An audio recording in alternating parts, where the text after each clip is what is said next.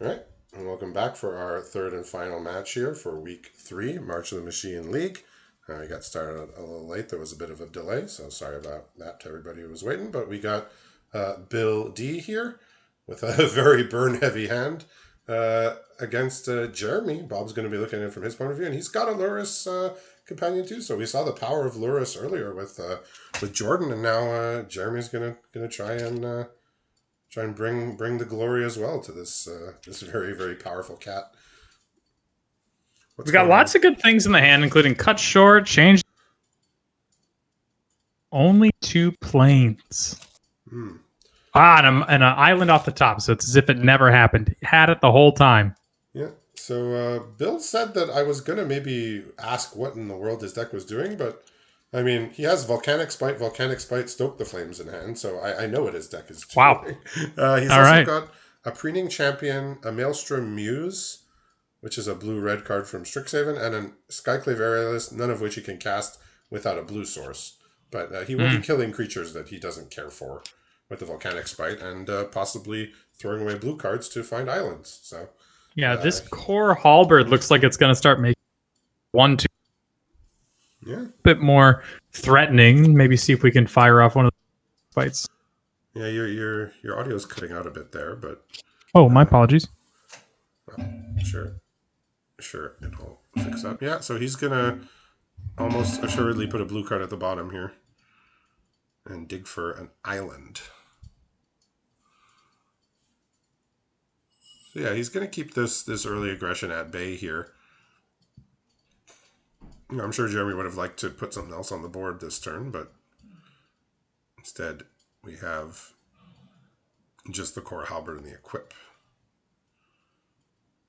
So, all right. So what else is in Jeremy's hand for the next couple turns? Oh, I don't hear you at all now.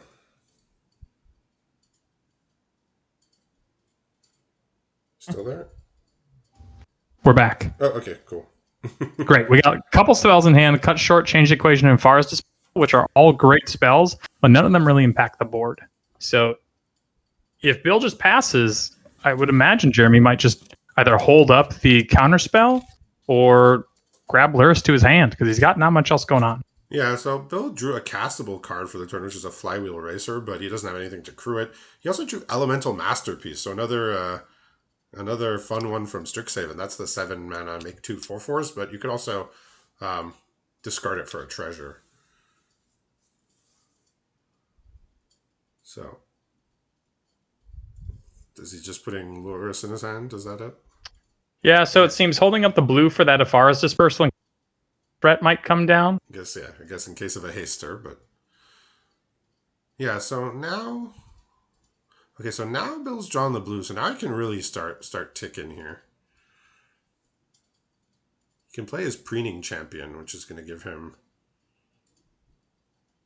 access to stoke the flames potentially if he feels he wants to use it on something. Now, if I'm in Jeremy's shoes, I want to transform because that's champion, but it looks like that's going to mechanic spike coming from Bill's side. Not going to be great. Yeah, he's got the Volcanic Spite and he's got the Stoke the Flames, But paying the life holds up 2 mana to hold up this change the equation. So therefore he can counter a red spell with Verdiment. And then the treasure's going to be gone on a spell that gets countered. So looks like he's going to go for Stoke rather than Spite, just I guess to maximize his resources here. Volcanic Spite requires, asks less of him on future turns. And beautifully played by Bill. I mean, he gets the flip, the 4/4 Vigilance. Oh. All right, so he's got a Flywheel Racer he can cast. He can also just cast his Maelstrom Muse, which is a 2/4 flyer. Whenever it attacks, your next instant sorcery gets discounted by its power. Wait a minute. Jeremy has an Invasion of Mercadia in his hand. There's red cards in this deck. All right, well, sometimes you got to stretch yourself thin to make the Luris work. Like we saw Jordan basically, stretching his mana a bit for some green cards that he had in his deck. You also got to play a couple of stinkers, an Urn of Godfire off the top, which is not the worst thing. We do get to cast the Invasion of Mercadia with it, but certainly not the best either. Urn of Godfire with Lurrus in play is just 7 mana repeatable removal. I mean, Yeah, I think you want to be doing more efficient things than that. And the game's always going to come down to that, right? always, right? A really nice play, playing the Lurrus, getting the 1-drop from it, and hope they happen to attack. Looks like he's holding up Afara's Dispersal and Cut Short here with the way he's gone through this turn. And Bill's I suppose he just naturally gets to. Yeah, more importantly, Bill's just found himself at 7 here thanks to this beating he's been taking from this knight. We saw this knight overperforming as well earlier. I have to say I've been really down on the knight in draft in the knight's deck. However, I think with the limited sort of removal and just how fast it gets with the, I think we saw +1/+1 counter in 2, and now the Core's Halberd here. It just really, it really works out. Yeah, so he's a 4/4. So he's gonna just attack, and then with this trigger now, he gets the discount on the Volcanic Spite. Yeah, it looks like Bill's going to be, or Jeremy's going to Ifara's Dispersal and respond. He's really kind of looking at it. He could also cut short, but that's not going to do necessarily what he wants it to. Yeah, so the Maelstrom Muse goes back in hand. Does Bill have another land? Yeah, he drew a plane, so he'll be able to recast it. So that's other card in hand, which he has Flywheel Resonance. Other card in hand is another sort of interesting card from Ikoria. It's called Frostveil Ambush. So it has cycling, but also for 3 blue, you tap 2 creatures and they don't untap the next turn. I do remember that card. Most importantly, it had cycling for 1 generic mana, which means it was in the cycling decks, even though it never, that card was cycled way more than it ever went on the stack. Of that, I am certain. Absolutely. Got rid of the Expedition Outlook, the 2/3, but held up a change the equation. I think he was trying to see if he might be able to catch the Maelstrom Muse on the way back down. Well, get that taken care of. So Bill, now I didn't say it at first, even though Bill said I might ask what in the world he was doing, but now I'll ask what in the world he was doing, because in his hand right now is a Tandem Takedown, which costs 1 green. So it took until turn whatever this is, but now I'm wondering what he's doing, because that's a curious card to have drawn. I would assume we're going to see a double block here on the big 5/4 with his 2 flyers, and then maybe just jumping or letting the 3 damage from the knight through. His deck appeared to be a pretty normal looking Jeskai deck, but now he's got still a green spell thrown in for some spice here. Yeah, so both these players are actually he's got a Pouncing Shore Shark that he drew for turn. Okay. Which is a mutate creature. It has flash and it bounces something. So that goes really well on that 1/1. It's going to be a nice one, yeah. Turns out mutate also works well with the incubator tokens as well. Sure. That's a great choice. I'm looking in the pools, and I see on Bill's side there's a Borborygmos and Fibblethip in the pool. And so I'm guessing that there's a green splash in there for that. And of course, maybe he's light on removal. I don't know. He's got 2 Volcanic Spites and a Stoke the Flame, so maybe he felt like he needed some more. But yeah, I wouldn't necessarily call Tandem Takedown a splash, more of a headfirst dive, perhaps. But yes, very much so. Inundation, but it's a powerful card. He's just going to Shore Shark here for extra damage here, get him for 6, and now he's got Jeremy a bit on the back foot after this incredible tempo play here. So true. Yeah. I think the cut short that's been sitting in Jeremy's hand the entire game is really going to come nicely here. You can play the knight back out, and then can either Godfire, or we also just picked up a Study Break, which is going to be a good tempo play. See, this is what's fun about this week, because a lot of the time, even in week 3, we get like a lot of the the top performing players are volunteering for feature match, but actually every player tonight has incurred at least 6 losses, which means that they have minimum 1 pack from outside the set, main set, and some of them, more than that. So we're getting to see cards from all sorts of sets tonight throughout all the feature matches. We're seeing Ikoria, we saw War of the Spark, we saw some Crimson Vow, so did Dominaria United. So we're running the gamut here of interesting cards. So very fun night. It looks like we're going to bypass the study break and go for the cut short here. Notably, Jeremy does have the ability to sort of mock the trade with a pouncing short shark, right? Block, and then if anything happens, he can cut short. I imagine he'd rather just kill the flyer. That's the constant source of damage that he can't block right now. But he does have a handful of cards. So and Bill's got 2 cards he can't cast. He's drawn his. You named it earlier. Borborygmos and Fibblethip. I mean, that'll be a good one if and when it ever comes down. It'll draw a card.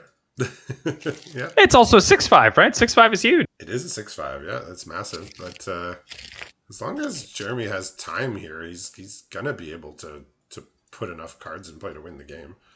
Okay, very reasonable. We found a Lorehold Campus.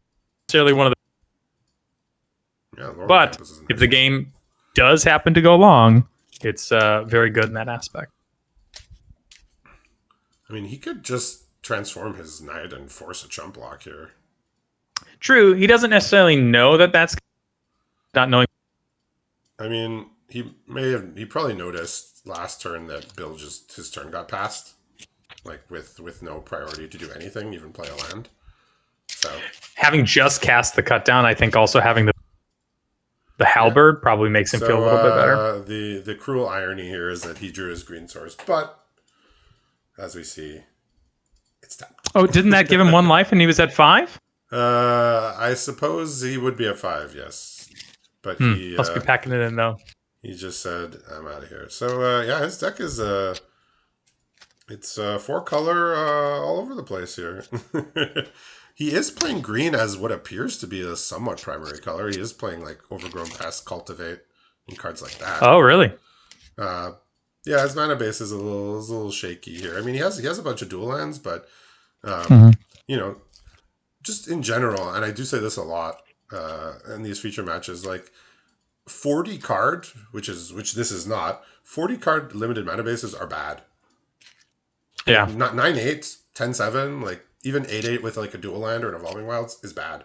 And you go to 60 cards, it's that much worse. So even though he has like 5 dual lands, that means he still has like, 20 non-dual lands or something like that.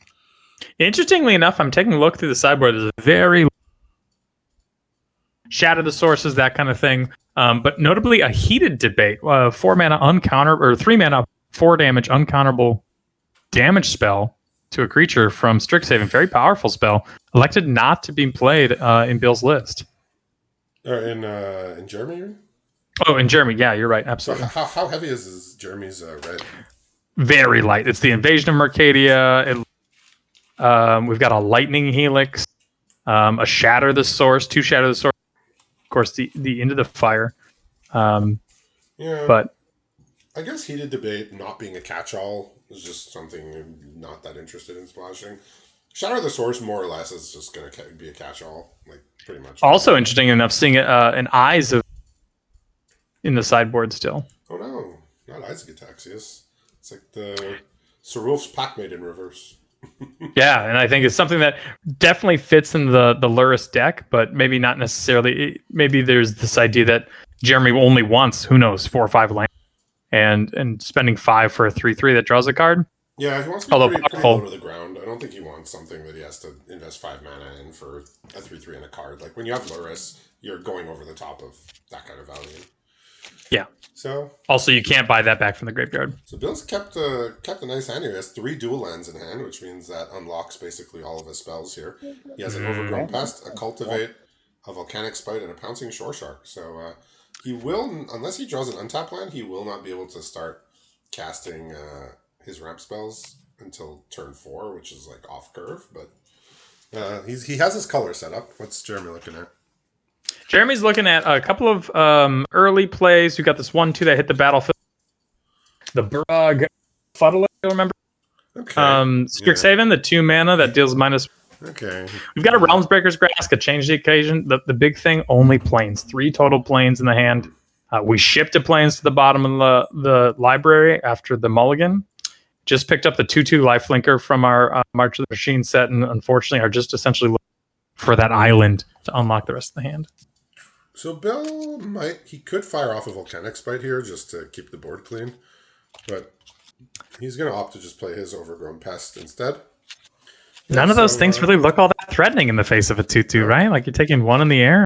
well, that's an interesting. He could grab a Hall of Oracles or an island. He's gone for the Hall of Oracles, so it's it can filter for any color, but more importantly, if you've cast an instant or sorcery, you can just tap it to put a counter on a creature at sorcery speed. And off the top comes the island.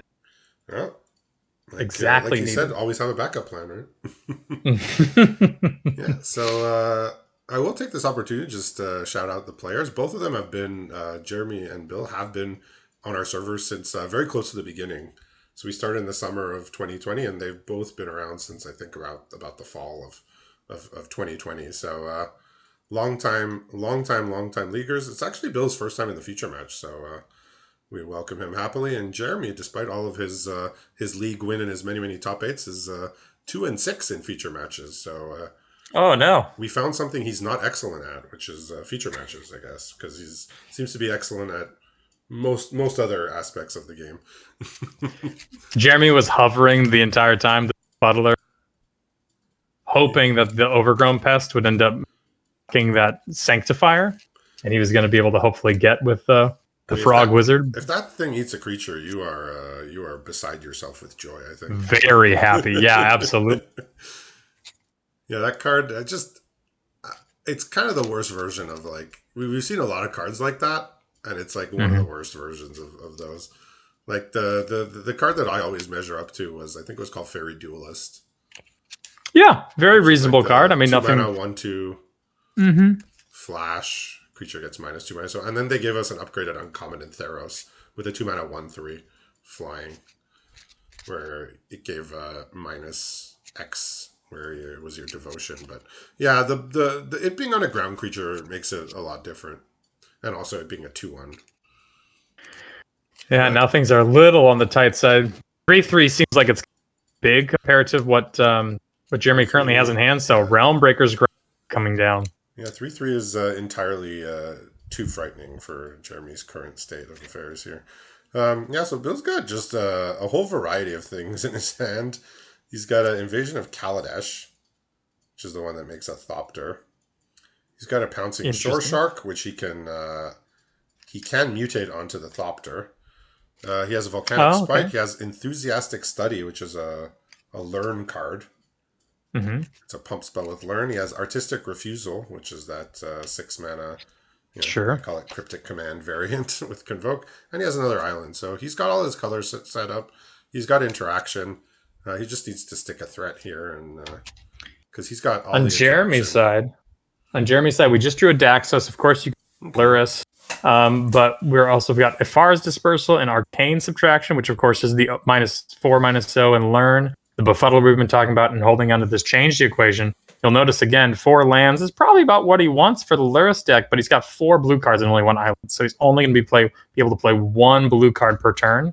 And it seems like he's going to be holding up, a plethora of tricks. Just hopefully it's going to do something. So Bill can go for the blowout here of block and mutate. So bounce one, eat the other. Ooh, that's not great. Now the Arcane Subtraction is going to give it Okay, so that they block, but Bill's not getting blown out though here, really. yeah, I mean he could also, as far as just his own creature, if he so chose.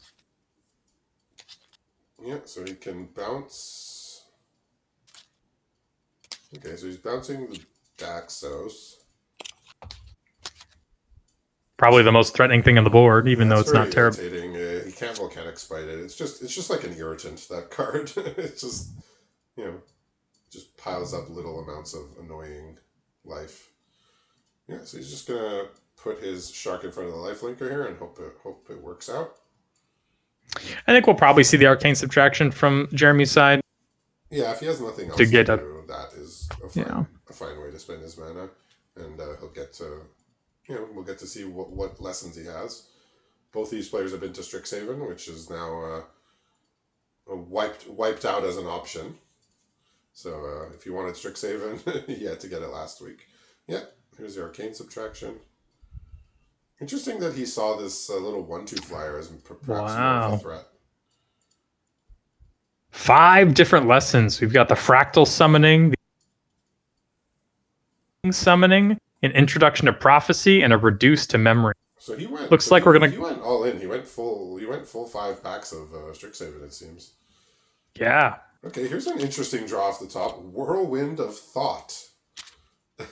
You'll have it's, to remind me what that one it's is. a 4 mana enchantment that requires Jeskai colors, and it says whenever you cast a non-creature spell, well, you draw a card.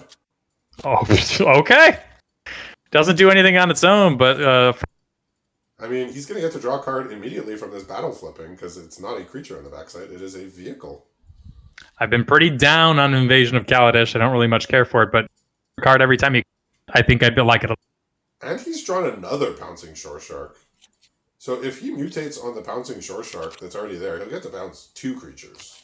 Yep, the text does transfer over twice. He also has a Volcanic Spite, which if he casts it will draw him a card. So he's kind of doing what his deck wants to do here. I think this is what he wants. He just wants. You asked in game 1, Bill, what are you doing? This is drawing cards and casting non-creature spells. Now I know. Now I see. The first game was a bit confusing with the green cards there without a green source, but he has lots of dual lands. Like he must have at least 7 or 8 dual lands here. Like we see so many in play. So if you can pull it off, obviously the more colors that you play, the more power your deck's gonna have. But it's the trade off of, is it consistent? What? How's your mana base? Now, Mom has some fixing, which is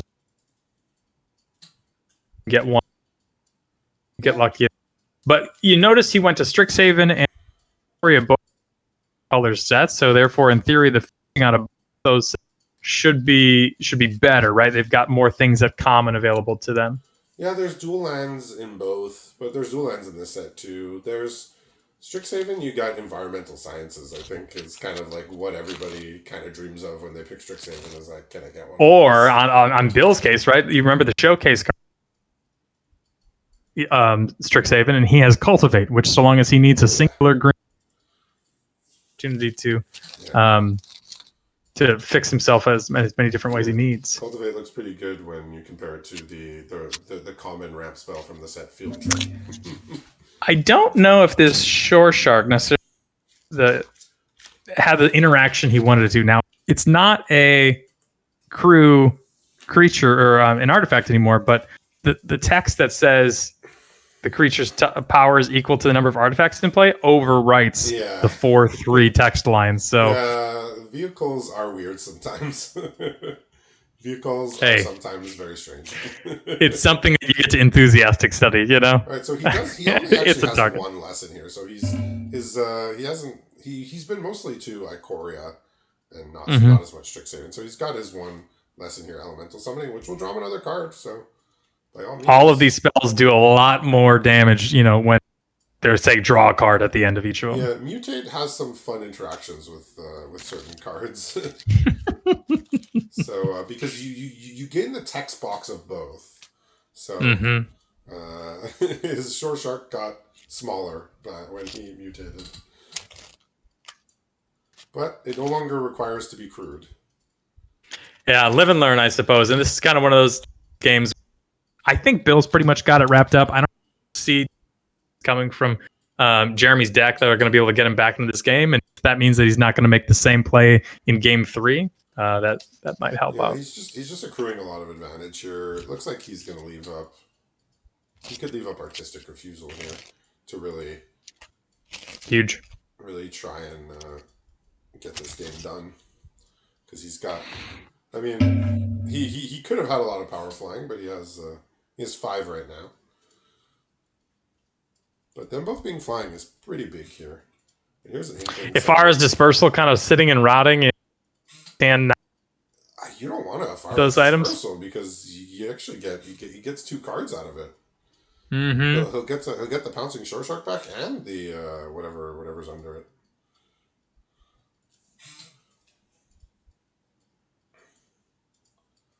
Yeah, Mutate again, a very interesting mechanic. Lots of fun interactions we're seeing here.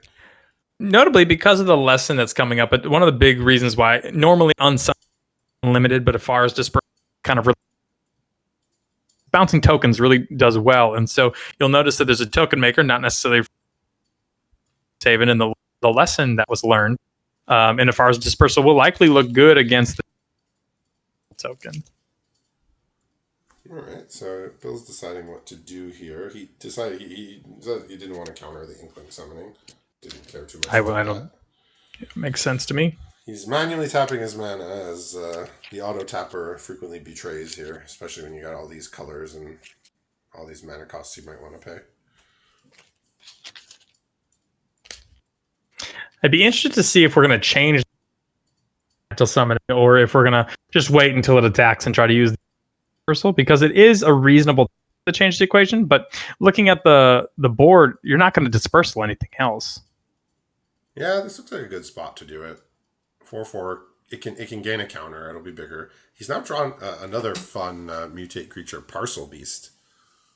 Ooh, that's a classic. I love me a good Parcel Beast. Yeah, so Bill's got a nice little brew here going. He's got mutate. He's got non-creature spells. Those two don't necessarily combine, but you know the power's here. We see him doing very cool stuff here.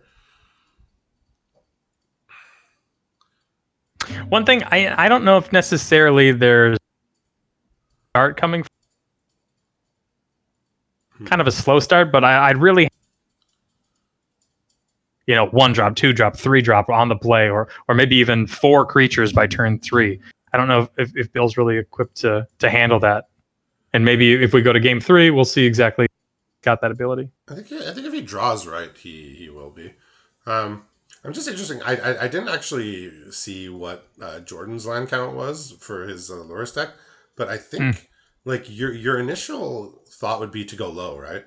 Like, I would think so, yeah. Land count, but I actually think you want a high land count because you want to be able to cast all your stuff. Like right now, we see Jeremy like not able to cast too many things a turn.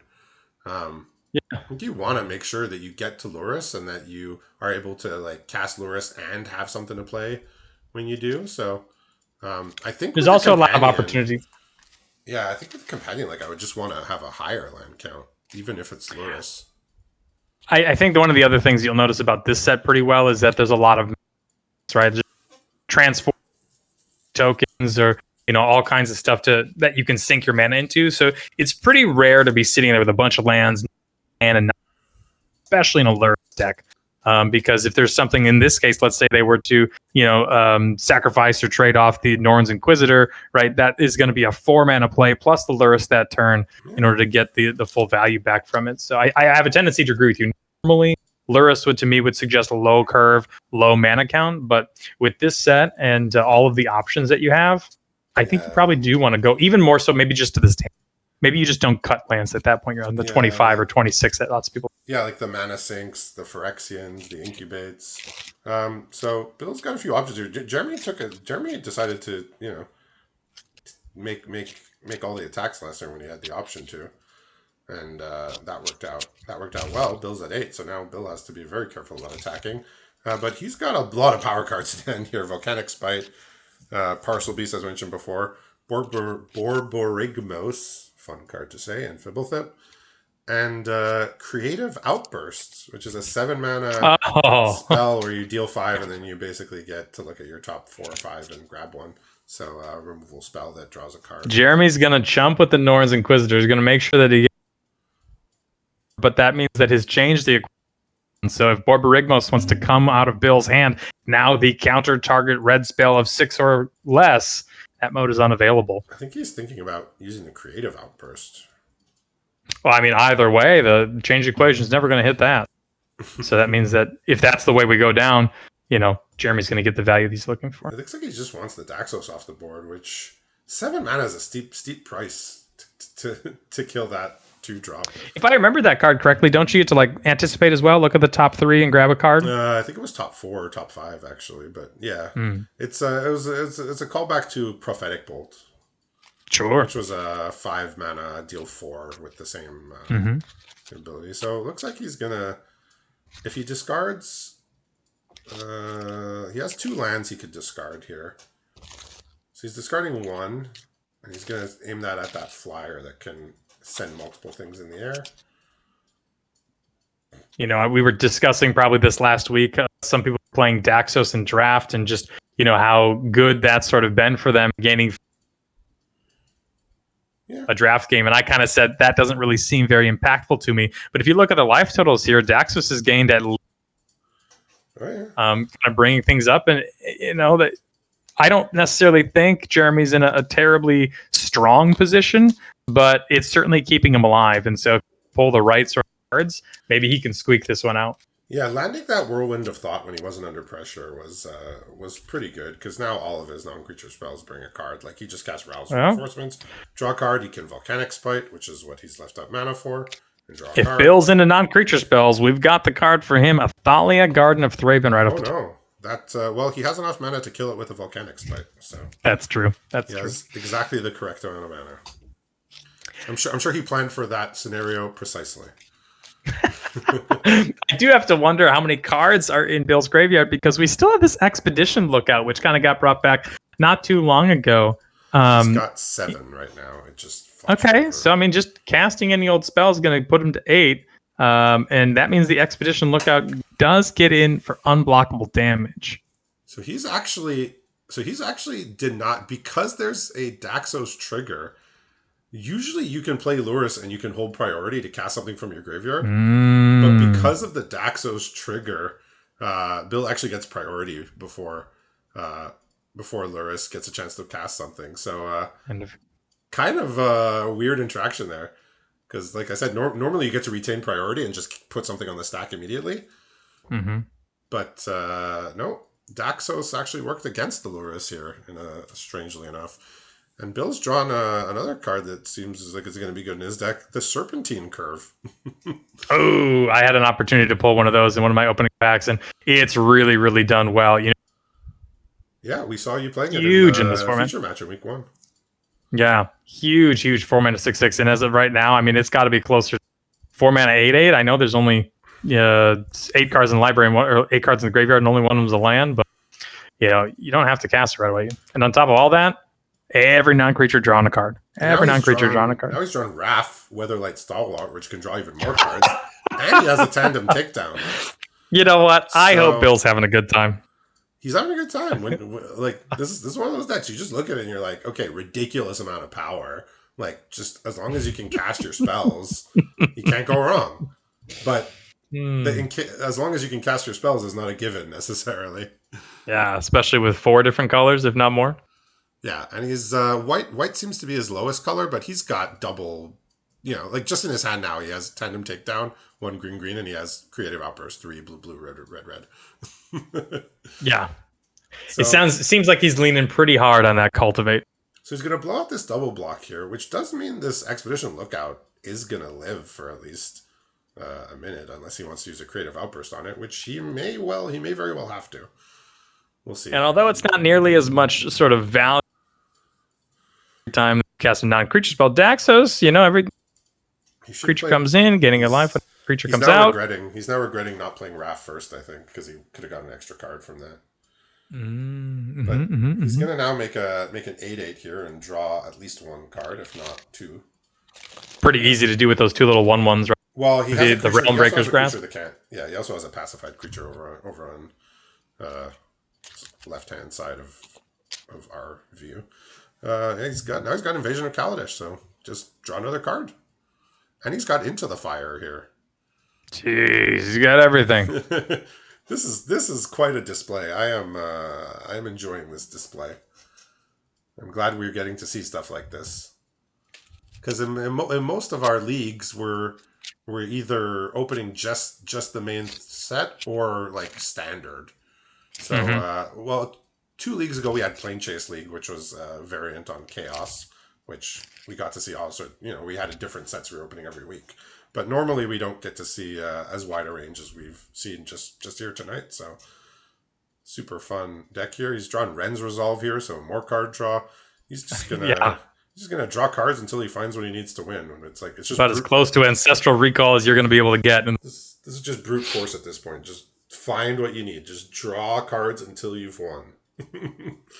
I mean, he's amassing a board state that's going to be attacking for lethal in short order, Yeah. I think. He has the Looking towards flyers game too. 3 and the pools that's going on, I'm looking at Jeremy's pool, and I'm seeing a very powerful card for Strixhaven as well. You remember Sparring Regiment? Apparently, You unfortunately, untap the creature. Unfortunately, it's presently illegal.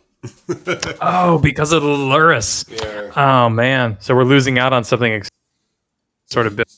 So he just gets to discard all these lands and just throw damage wherever he wishes. Does Borborygmos hit face, or is it only creatures? Must only be creatures. It's target creature, yeah.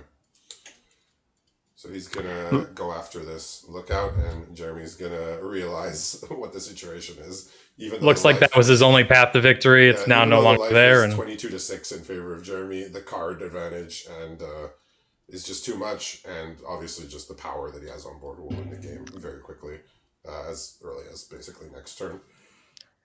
So yeah, Jeremy's looking at Sunder the Gateway. He instantly pulled out, like as soon as he hit sideboard. The powerful dissipate. Whirlwind of Thought out of there, because that card won the game. Pretty squarely, own, but it carried a lot of the weight in the mid game. Yeah, I would agree. So yeah, he's got a little bit of artifacts, a little bit of mutate, a little bit of non-creature matters, and a lot of fun cards here. I think he just said, "I'm gonna have the most fun I can," and I mean that's the reason why we play the game. We're having fun watching it, so he must be enjoying it as well. So I did notice also, he opened up his deck count. He only has 12 actual creatures in his deck, but he has a lot of things that make creatures. So sure. Normally that's like an absurdly low creature count, but he has Invasion of Kaladesh, Rouse Reinforcements, multiple copies of each. So that's not a concern. Anything Jeremy has as options? I guess when you're running Loris, your options are a little lower, but yeah, he's looking at this Sunder the Gateway. He's looking at Zelf 2 mana, draw a card, and turns to base power 4/3. But is really seems to be struggling on what to cut. He's been mousing Dispersal. He has a C double, a very powerful card. And after thinking about it some more, he's going to cut 1 Shatter the Source to leave him with 1 in the deck. And then I think he's going to maybe keep the Shapecraft in the board. Yeah, 1-for-1 removal that's expensive, like Shatter the Source. I mean, you can obviously get a discount from the Convoke, but just against what Bill's doing, like a slow 1-for-1 removal is just not good enough here. Yeah, I don't hate the 1 because if you creature, right? Like let's say Borborygma only thing in your way, and you're like, I just need this thing. Obviously you need to have some way to do that, but maybe a second one is a little bit overcommitting there. Also looking to see if he might be able to get a little bit more aggressive on the eye, and is going to submit with that. Yeah, so these we call them clunky red burn spells that we get in every set basically for 5 or 6 mana. It's kind of been not a point of contention because people don't really argue about it, but I've just noticed from like watching calling the feature matches and even mega drafts where just there are some people that will they'll just take them necessary evil, play 1 or 2, and there's some people who just have zero desire to ever play any of them. Like we've seen a couple mega drafts where the person was in red and they were just seeing them in every pack and taking like hate picks and sideboard cards over them. I think if you're playing the card, you're probably not too happy with it, but also particularly more so in sealed than in draft, you do get what you get, right? And you have to kind of play with what you get. I will say Shatter the Source is probably the strongest version of this that we've seen recently. I was a big fan of the was it Jaya's Fire Greeting or something like that, the 5 mana one that also dealt 2 damage to opponent's face for 5 mana out of DMU. Oh, there was Burn the Accursed also, which did that. Jaya's Fire NATO or something of this. Ah, yes, of course. But we get some every set, and then we get some really bad ones, like I think it was called Lacerate Flesh. Yeah. It was like, not phenomenal. Yeah, it differs. Or in the last set, we had one, and it was just too slow as well. It was the 5 mana, and you could destroy an artifact and or deal 5 damage, and it was still like too slow for XCL would be one. So we see Jeremy getting the early beats in here with his Storm Spirit. I guess he must have taken a mulligan while we He were took chatting. two. He took Oh, two mulligans. He was on oh, in his 7 card hand. He was only on one color. His 6 card hand, he only had one land. And his 5 card hand, he had 4 lands, but he tossed 2 of them back, electing to keep the Tranquil Cove and the Mountain to therefore give him all of his colors. yeah, But then he also picked up this blue-red duel as well, thinking that hopefully this little spirit bird is going to go the distance. But as we can see, a Volcanic Spite from Bill is very timely to keep all that off the battlefield. yeah. So Bill's just gonna keep developing his mana here. He wants to draw some more lands. He has just a varied collection of spells here: Rouse Reinforcement, Invasion of Kaladesh, Zalfarin, Shapecraft, Enthusiastic Study, which is the pump spell with Learn, and a Serpentine Curve, which is already at 3. I'm noticing no blue mana. Nope. But his I think he might just go for the Enthusiastic Study. He might just discard a blue card here to for the Learn. Now, when the bird ended up getting Volcanic Spited, things were looking probably not great for Jeremy. He had Justifiar's Dispersal and Lightning Helix in hand, but now pulling the Sun Herald top of the library, and then also a Eager First Year, if I remember correctly, was Magecraft for +1 so and strike. Yeah, so we've seen a lot of, I will say, mostly a lot of unimpressive 2 drops here, but you know they fit the bill, right? This is what They Lewis played in the is. Lewis deck, you know. This is what Lewis is. So he has drawn out tap blue source, so he will be able to start playing more stuff next turn, and he's not. You know, he's not behind to the point where he can't function. He's actually ahead on life at this time. So, you know, these 1/1s are gonna get in the red zone here, I imagine. Defensively. Now it's really interesting. We've got both Afar's Dispersal up, which bounces tokens very easily and also triggers the Magecraft. Also have the Lightning Helix, which kind of does the same. But we like the Afar's Dispersal against the Elemental Summoning we have in hand. So I would imagine that there's probably going to be a Lightning Helix triggered off here if the Eager First Year gets blocked, double blocked, to try to use the First Strike ability. But what it seems like is that Bill might have. The first year isn't. It's not a first striker, unfortunately. But I thought with Magecraft it might get the first strike. no, it'll just get a +1/+0. Yeah, it was. So then he's just looking to willing to trade it off. Was there a creature? There was a first strike creature that got pumped. Magecraft. But, I see. yeah, he's just gonna triple block here, and I guess if Jeremy wants to wipe out all the tokens, he can fire off a Lightning Helix, which is a premium spell. Not sure if he feels comfortable using it here, but I mean, yeah, but you also kind of get it a little bit like a Chandra's Pyro Helix or something like that, right? So it would be one spell that kills off. But it seems like just taking the 2-drop, trading off for 3 1/1s, deploying another 3/3 now with lifelink. Seems perfectly reasonable. Looks like Jeremy's gonna have a nice turn here. He can just bounce this 4/4 and then put Bill in kind of a tight spot here. Does Bill not have much action left? Well, he has a 6/6 he can play next turn in Serpentine Curve. Okay. You see also a Tetsuko Umezawa on top of the light, as well as an island. Oh. All right. Let's see what he wants to keep here. Looks like we're keeping both. We did pick up an Isaac Ataxis for the... So next turn we're going to be able to sort of continue to cycle through and, in theory, continue to beat down. All right, so Bill's just going to soak up some life points here. Keep his life total as high as he can. And so here's a Hall of Oracles. Oh, that's big. That's huge right now. Because if he Serpentines Curves, he's going to get the 6/6 plus the Hall of Oracles makes it a 7/7. That takes it out of reach from having a 3/3 or a 3-power creature on Jeremy's side plus the Lightning Helix in hand. So if it's a 7/7 creature, Jeremy's not going to be able to attack at all. Whereas if it was a 6/6 creature, he could end up, sacrificing his creature plus the Lightning Helix to just get this huge creature off the battlefield. Yeah, so it looked like that was a big draw. Bill was considering a Preening Champion, followed, and then Invasion of Kaladesh or Shapecraft as a follow-up, which he'd be able to cast thanks to the Hall of Oracle's filtering ability. But he's just gone for make a 7/7 here, and if opponent notably can remove it, he'll take 5 and then readjust. But Looks like No, he no may have removal stalled on the our board side. out.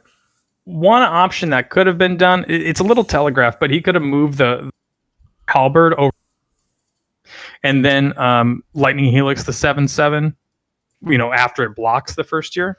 And that would have traded both the first year and his turn and the Lightning board. Yeah, I think But he'd it seems be. like that's a pretty big investment that Jeremy doesn't Yeah, I necessarily think he'd want to do. be kind of happy doing that in a future turn if possible. But right now, he's just got to find a way to get past the 7/7. Breeding Champion's going to come down to put more bodies in play, just in case the 7/7 gets dealt with. So let's see how Bill decides to approach the turn. I imagine Yeah. Breeding Champion will be involved, but he may go a different Tetsuko coming approach. down is good to kind of peck in a little bit, but 9 damage to get him down to Lightning Helix finished off. That's a tall order. We're gonna have to figure something else out in the interim. So I don't know if it'll happen, but funny thing that Bill could do is he could shape craft the Tetsuko and then block it with a 7/7. Does Hall of Oracles only target creatures you control? Don't know. That's a good question because otherwise he could, rather than also spending the card, he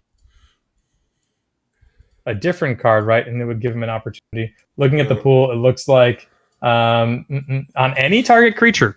So he could put a +1/+1 All I know is casting a spell. All I know is about 3 days into the format during a draft, an opponent cast a Saiba Cryptomancer, put a counter on my Tetsuko, and then ate it. Gotcha. Promptly ate it. I've been really impressed with that little 0-1 in draft sealed all over the place. I looked at it initially and kind of thought it's probably fine, maybe a little, and it's really overperformed after my initial investment.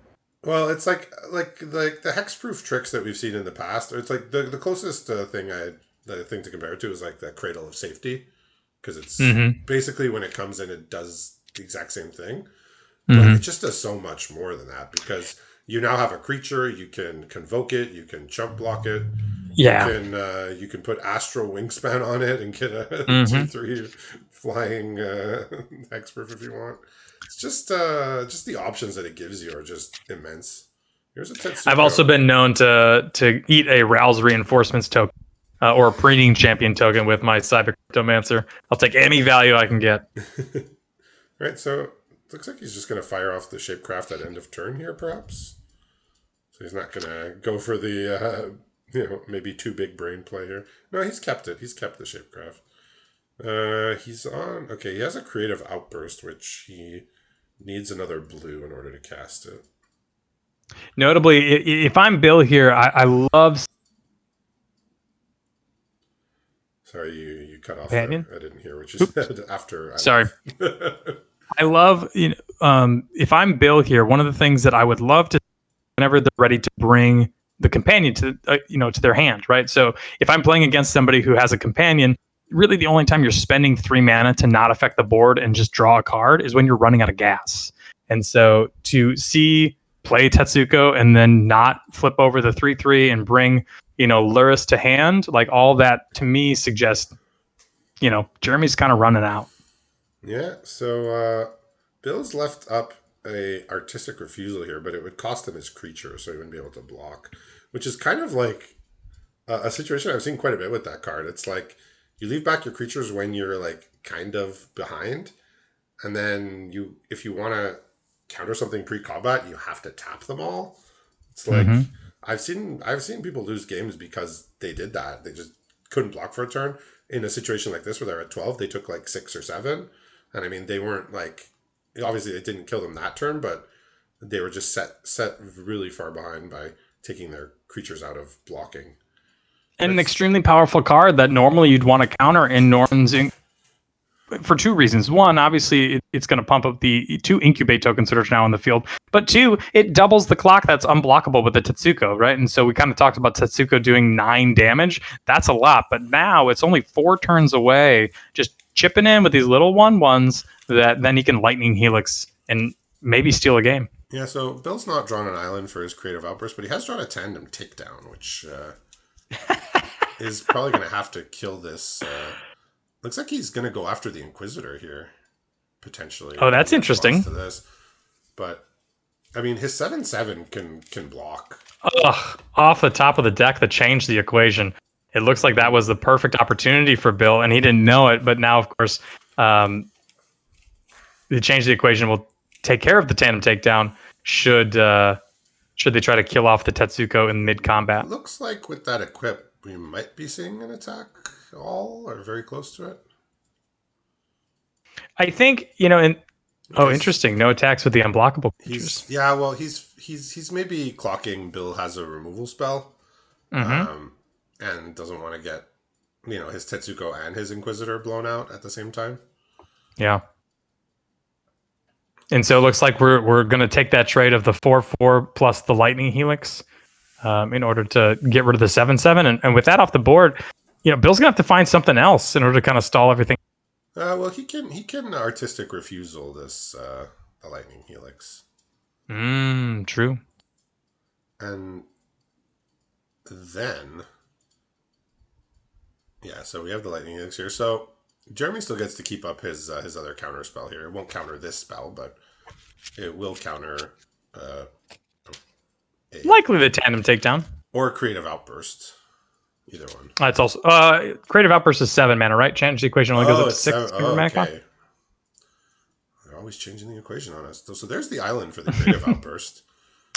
He's gonna dump the forest he just drew. We do see Jeremy. Yeah, change the equation when it's good, but when you read the card, you understand there's some baggage. I've been pretty happy with it. I think if you're playing particularly 2 and 3 color decks, and if it's only against 2 color decks, no splashes. It counters 7 of the 10 guilds by having either green or red. And then also, even if you're whiffing, let's say, against a blue-white deck, it still counters Norn's Inquisitors, Tetsukos. There's all kinds of little 2-drops, angelic intervention that it still gets. So you're probably siding it out against some decks, but I've really, really liked it. I view it probably not as strong as Lithomantic Barrage, the big 1 mana deal 5 white creature. Yep. But it's certainly more so than your average negate. So Bill's drawn a Whirlwind of Thought, which can also get hit by that counter spell here. Yeah. As long as Auto Tapper doesn't mess up, he could go Whirlwind of Thought into Tandem Takedown, but he's deciding on Kaladesh instead. Maybe he's trying to draw out some counter spell. And Jeremy instantly starts hovering and thinks better about it, decides not to. Yeah, I think Bill maybe has clocked him on a counter spell of some kind. Not maybe change the equation, maybe negate, maybe who knows? Because this is a deck where if you had access to negate, I think you would side in. Probably. I mean, you had. I think you would side in basically every copy you had because we saw how many non-creatures he's playing. Yeah, absolutely. So one of the things to go after, when we talked about the Lightning, notably. Now that means your Tetsuko and your Norn's Inquisitor, which are the only available without blocking here, they're going to have to deal 11 total damage rather than just trying to 8 or so. Yeah. So let's see what Jeremy decides to do with his attacks. He's just going to get that unblockable. I could see Bill going for the tandem takedown here. Sure. Yeah, that's great. And that'll... he's gonna be patient here. I think if I'm Bill, for Lurrus for the tandem takedown, that has to be it. Oh, sure, very reasonable. And it looks like Jeremy's gonna play the random 2-drop he drew off the top of his deck and hold Lurrus. I think he's probably clocked him on a kill spell of some kind that he doesn't really mind if any of these things die, because he can always get them back with the Lurrus later. So this is kind of like a game of chicken. But the thing is that Jeremy has the 2 unblockable in play right now. Yeah. Right, so he is going to fire it off here at end step, realizing that, Jeremy definitely has something here. But Jeremy's just going to let it happen. Yeah, you're getting it back with Lurrus eventually, right? No major rush on it. Here comes a Maelstrom Muse off the top. So with 7 mana, Bill can cast 1 of his 4 spells this turn. Anyone he wishes, but only 1. If he ignores the invasion, Bill can go 3 damage.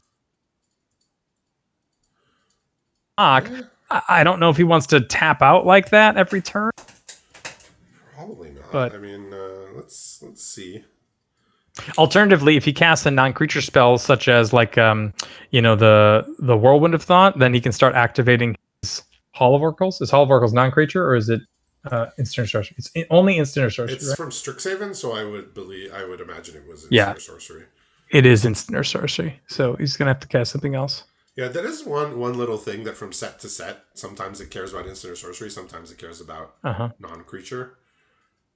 So So even Bill does even in nothing. dual, What is he holding up here? well, he has his creative outburst, or he has the Frostveil ambush if he wants to tap down 2 things, but that doesn't Oh, seem interesting. that great. Yeah, I remember in Midnight Hunt and Crimson Vow, which were back-to-back sets. In Midnight Hunt, Mhm. everything triggered off of instant and sorceries, and then in Vow, it triggered off of any non-creature, even though they were back-to-back sort of like paired Oh, sets. interesting. Yeah. I guess it was Ah, in Midnight Hunt, they were more focused on the flashback. sure, And then in Vow, you had the Disturb, which ended up being enchantments in Vow. sure. Hmm. So it triggered off of that rather than just non-creature. Just One instant little piece sorcery. of unfortunate tech that's going on right now is that you'll see he doesn't have any other white sources. Both white sources being used to Oh. cast the Lurrus So he can still graveyard. recast the Tetsuko, though. That's true, and I think it's probably his most powerful thing. He's not going to cast it right away. And now he's now that he's basically about to enter combat. Bill gets to kill the Lurus without, Yeah, I think and his Jeremy wanted. counterspell does not hit this card. So he Hmm, gets to I look think at that's what he was holding up. so he gets to look at the top 5, and it looks like he's interested in an overgrown pest. Perhaps there's captive weird there as well, which is pretty good. I wonder if does Bill have any major like right? Because obviously the pest does pretty well with getting lands, but also can get a double face. I see a Heliod in here. Don't think he's running the Heliod. Don't think he's running Herbology the double. Instructor, Invasion of Merconda. It's just more action, but captive weird is a bit better, I think. Here, let's see what he Yeah, there's chooses. nothing crazy in the pool It's as like far as pest. double face cards. I mean, believe it or not, he does actually want to hit more lands here if the game's going to continue on because he has expensive spells in hand. And so he has drawn a land here. I mean, we also picked up a Tarkir Dune Shaper on our side of the. Yeah. Can be kind of big, but it doesn't hold a candle to our 7/7 on the other side. Yeah, so Jeremy told himself, I'm going to play Loris and protect it with the counter spell. That way, next turn I could play my Tetsuko or whatever else I want to play. But Yeah. now we saw the Get me any sort of value, Creative outburst sort of it changed the equation, unchanged the equation. Yeah, that's really unfortunate.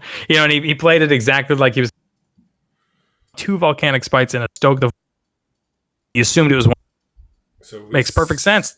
So we see Bill like really being able to mow down the Loris in both of these games, and um, the Loris deck is like really relying on Loris, right? If your deck is just a bunch of 2 drops with no reason to be doing that, it's not going to be as Mm-hmm. powerful. But when you have Loris, it's just you get so much advantage out of it. But in Well, both then these games, Loris died before it could get. one of the big things that we saw out of our round deck, right, was they had invasion of Ikoria, which allowed you to like go fetch it back from the graveyard with a green card. But I don't see anything like that in Jeremy's list that can get creatures back. Yeah, that's the thing with Loris. That's why I mentioned the first one. Like you usually see black paired with it more than like you usually see it black something with Loris. So now he's got a Pillar Drop Warden, which can get him back any instant or sorcery card from his graveyard next turn. Perhaps even that 7-drop deal 5 damage, which is gonna actually end this game pretty fast with the flyers here. Sure, it's 5 damage in the air right now, and then all you have to do. I mean, in theory, if Bill just attacks with a Thopter, he this turn with a Thopter, and then got well, he would need to draw an extra land. He would need 2 for the Pillar Drop and 7 for the spell, but if he then attacks on the following turn with flyers, then the Maelstrom Muse will discount by 2, so he should still be okay then, right? That is. But he needed to attack with at least 1 damage to deal a total of 11 over the 2 turns. Yeah, but he is on the verge of dying to some some tapper that like something that taps 2 creatures or something. Like Yeah, oh yeah. he's in the danger zone still, Bill. He's not comfortable attacking just yet. He's gonna send this 5/5 in though. Is I think Jeremy? he drew a planes for the turn, so I think he's gonna just attack all out. Well, he's got a lot of power here. Like Bill's blocks are not amazing, especially with 2/5 power creatures. Mm-hmm. If he could just ignore the 2/5 power creatures, his blocks are okay. But he can't because he'll die. Yeah, if he blocks a 7/7 on the Trampler, the 5/5, he's got the 1/5 for a 3/3, a 2/4 for a 2/2. It could take 5-ish damage and hold up the Preening Champ and really only lose a Thopter. I just don't think that you can really do anything if you're in Jeremy's spot. You could push 5 damage, you'd lose pretty much your whole board. Yeah, well, he's telling me he's thinking. One thing is I've known Jeremy to be a very solid player. His he's kind of got my number in league matches. I think he's 9-2 against me Wow. in league. So he's You could definitely tell because Jeremy's got this sense of the clock is ticking. I'm pretty much out of anything I can do. This Plains top deck was not it, and I got to do something now. And if it's not now, it's next turn, and that is it. Like yeah, game's pretty much he's got over. a great sense for the game. He's been playing probably about as long as anybody here in the league. Like Mm-hmm. I believe he played in Pro Tours back in the '90s. He'll tell you all about it. He has a bunch of fun stories. But yeah, he's identified that this game is turning. This whirlwind of thought represents a turn in the game, especially with the pillar drop warden being able to get back a spell to get more card advantage. So he said, "I need to press it now because this game is about to get out of my control." On our screen, he's even mousing over the explosive iteration. You kind of see a lot of the similar blocks that we had talked about. I'm interested to see if that Preening Champion is actually going to end up taking a block or not. It And one is. thing that is notable is that the 5 had vigilance, right? So it's not like Jeremy's leaving himself entirely. He also gains 4 life out of this, bringing him up to 13. Yeah. So this seems to be about the safest blocks that can be made. With only 1 mana open, there's not that much that Jeremy could have been representing there. So now Bill can probably he can use this Frostveil ambush to really lock the board down for a turn if he wants to. Yeah, it's interesting on how he wants to do it because if I mean, his 2/4 and his 7/7, he can then the chunk block. Because if Jeremy lets in the 9 points of damage, the warden bringing back the large spell. yeah, that's what I'm thinking. He locks down the 2 creatures. He locks down 2 creatures, attacks immediately for 9. Oh, not even casting the Okay, right? he's gonna cast the Frostveil ambush on upkeep here. Sure. Uh, Sure. okay. He gets to draw a card out of it. Why not? Heck yeah, man. It's about as good as it gets. This Whirlwind of Thought kind of didn't really like Ikoria was such a creature centric format. With the mutate and all that. That Whirlwind of Thought didn't really have a home. Yeah. I don't think it was a little hard to utilize. But we're seeing it. We're seeing it to full effect here tonight, and happily so. I love seeing these. We also cards see a little bit come of out bluffing coming. See a little bit of bluffing coming from Jeremy. He taps four mana and then untaps it after thinking a little bit. He currently has 2 planes in hand. One hits the battlefield. The other one kind of sticks in his grip. Got to make the opponent nervous. So now he's drawn a Wrath Weatherlight Stalwart, which I believe gives things vigilance. So he actually has Heck the yeah, option it does. he has the option of potentially being able to, tech for a lot. He doesn't have triple white unless he filters. So the vigilance doesn't come this. Yeah. No, he could still do it, but It would be all of his mana. I don't know if he wants to. it would cost him 8. I think he's using the pillar drop. He just wants to get back creative here. He wants to draw all the cards, and I don't blame him. All right. Yeah, it's also pretty tough. Like with both of the 2 larger creatures for at least the 7 power creature attacking from Bill just seems like it's kind of free here. Yeah, he's got to start. I think he's got to start attacking here. Well, I mean, if the 7/7 doesn't get blocked, then then Jeremy's dead. So he's got to block it. Yeah, well, the Norn's Inquisitor is sort of, not. It's done its job here. Yeah, but the thing about it is that okay. So if he's just gonna go for the on Raph. He's just gonna go for sort of the most assertive line here. Yeah, easiest way to go about it. Looks like he's thinking about attacking the battle, which with your opponent at 13. Huh. Yeah, I don't know if necessarily that 3 damage is really going to be because are you going to attack the battle again next turn? It does draw a card. I mean, should be noted, right? Flipping the battle draws a card. Oh yeah. But this is pretty. I mean, Jeremy can just put the 3/3 on the 2/6 and chump the 8/8. You can chump the 8/8. He doesn't necessarily. If he gains the 3 life. Right. So Bill's come to the conclusion that the Invasion of Kaladesh is a little small game here. It's going to just be a 1/4. Not exactly where it's at this point in the game.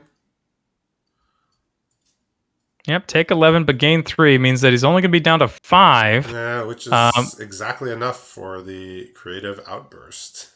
Yeah, he can attack with the cleric, getting 3 more life. He can jump attack, I guess. Yep, Fairy Mastermind off the top of the deck. I don't know if he keeps that or not. It's good enough here. I mean, again, it's a blocker for the Maelstrom use. Yeah. So what he can play it, block, cycle, right? He gets to draw a card, and by making Kato draw a second card on the turn. Yeah, so this lets him untap with his things, I guess. This has been a really fun match. We had our hour and 22-minute brawl match last week, but we're almost rivaling that in length here tonight. We're up over the hour mark now here with this battle. I do think that this sort of matches today as well just kind of really dictate and display just how many choices and decisions are going on, right? This isn't like all will be heavy aggro all the time, or you weren't infecting people down here. This is an opportunity for a lot of individual scries matter. Where you put your 1/1 equipment, that all matters. And we're seeing that on display here today. Yeah, absolutely no offense to any of the players who played in Phyrexian LB1 League, but since we've been doing the feature matches, they were some of the most one-sided and very quick matches of Magic I've seen in the feature match. Like I think one in one of the weeks we had the entire runtime of all 3 matches was about 46 minutes total. Yeah. And now there's definitely certainly a point in time for shorter aggressive formats. Yeah. I personally like these formats a little bit better. To each their own. One of the other things to note here is that this Fairy Mastermind, if it can live and doesn't necessarily need to chump block, then that's a great opportunity, a little bit of a counter against the Whirlwind of Thought. Yeah. Because if Bill starts drawing too many cards, then Jeremy gets to draw a card in there as well, and that might be able to put him up over the edge. I'm surprised Bill didn't just go for the win this turn with the creative. Mm-hmm. Because the larger creatures are untapping this coming turn, so if Jeremy finds some interaction, it could be bad for him. But he's just going to go for this Serpentine Curve, which will draw out the fairy. This is going to draw out the fairy, right? Absolutely. I mean, he gets to draw a card with and still hold. He doesn't have to activate it. He also gets to hold up his Prismari Campus. There you go. Yeah, good card. And that also kind of makes it so that Bill doesn't really want to attack with his 2/4 anymore. This is super tight now. One piece of interaction, and this could be. I mean, to Bill's credit, if he just taps all out and says, "All right, 5 to your face," and for some reason, let's say Jeremy did have a negate, then it's really tough stuff. Still have 3 blockers, so. A Temporal Cleansing off the top gets to bounce either a token or the flyer here. It's got to be the flyer. Well, maybe it's just the 11/11 too. All right, we'll see. Right, so if he takes the 11/11. We'll find the right path. I trust him more than I trust me. But If he takes care of the flyer, he kind of gets to get in for 3 because he also gets to move over Yeah. um, the core halberd, and that means that Bill's got to figure something out now. Well, I definitely One turn. trust. I definitely trust him at this time of day over me because he's out on the West Coast, so it's Oh, sure, still sure. still just the beginning of the evening there. I Uh, see. And so rather than holding the island and bluffing something, he thinks the 4-man to all draw right. something with the fairy mastermind should be necessary. So Bill does have a volcanic spite in hand, which you could use on the fairy mastermind. Jeremy will get a card off of it regardless Yeah. because of the whirlwind of thought. So And casting the blighted burgeoning first. Actually, it won't. all right, so it looks like But he's gonna. there's an outside chance that Jeremy draws a counter spell. Oh, and with the trigger on the stack. Great. He's doing it with the trigger on the stack here. So that way there's no actual way for Jeremy to draw a counter spell in between. Well, So he gets to he could do it activate. like this, but he's tapping out here. I guess he just wants an Exactly, extra right. card. So here's so Mhm. actually in Jeremy doing this, Bill's actually drawn a forest, which you can put on the bottom now rather than whatever else he had. Okay. He also has Order of the Into Mirror the is what you picked Fire, up? which could wipe out half Oh, of that's Jeremy's remaining creatures oh no, that's not and draw a card.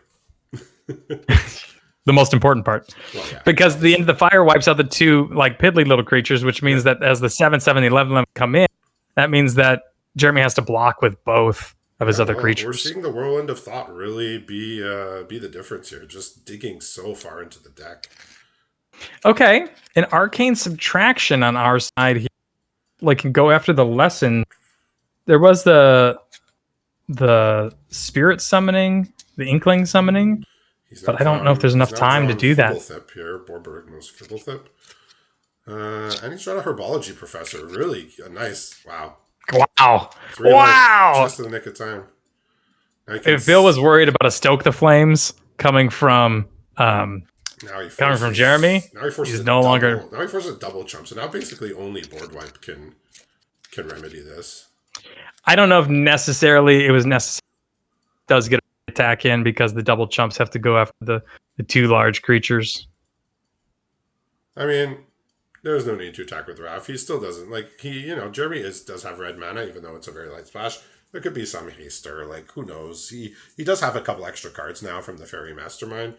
So there could be some combination of things that could bring him down. He definitely I guess he could have used the Hall of Oracles to put a counter on something, but he's just leaving up his No, I think I like the his 2 mana transformer. because then, yeah, transforming the incubate token is going to be pretty big. An island off the top means that this arcane subtraction is going to go get a lesson, but I don't know if there's really any lesson. Yeah, the lessons are just basically all 1-for-1s. So Yeah, you can. they'd be a little too powerful if they weren't. Um, So there was the introduction to prophecy, which I think is essentially is a ponder, right? yeah, He can spend 5 mana to do that, card, yeah. right? He can spend 5 mana to do that. I don't know. Cast, was it preordain? I think Ponder was the. Oh, you're right. Yeah, you're absolutely right. Same Preordained, thing. not ponder. Same thing, but yeah, yeah. No, there's no lesson that like deals with multiple threats really. That's they Just the big 7 mana, right? Like Oh, sure. Yeah. I could. Mascot exhibition. That was always the boogeyman of our Strixhaven League. That was whenever you lined up a match against somebody, it was do they have mascot exhibition or do they not? But Sure. yeah, we see Bill just pulling it out with this whirlwind of thought, gathering all this card advantage to just turn the game around and win in impressive fashion. So thank you to both players for a very entertaining, lengthy match here. Congratulations to Bill winning his first feature match, his first appearance, and we'll be back next week. Thanks, everyone.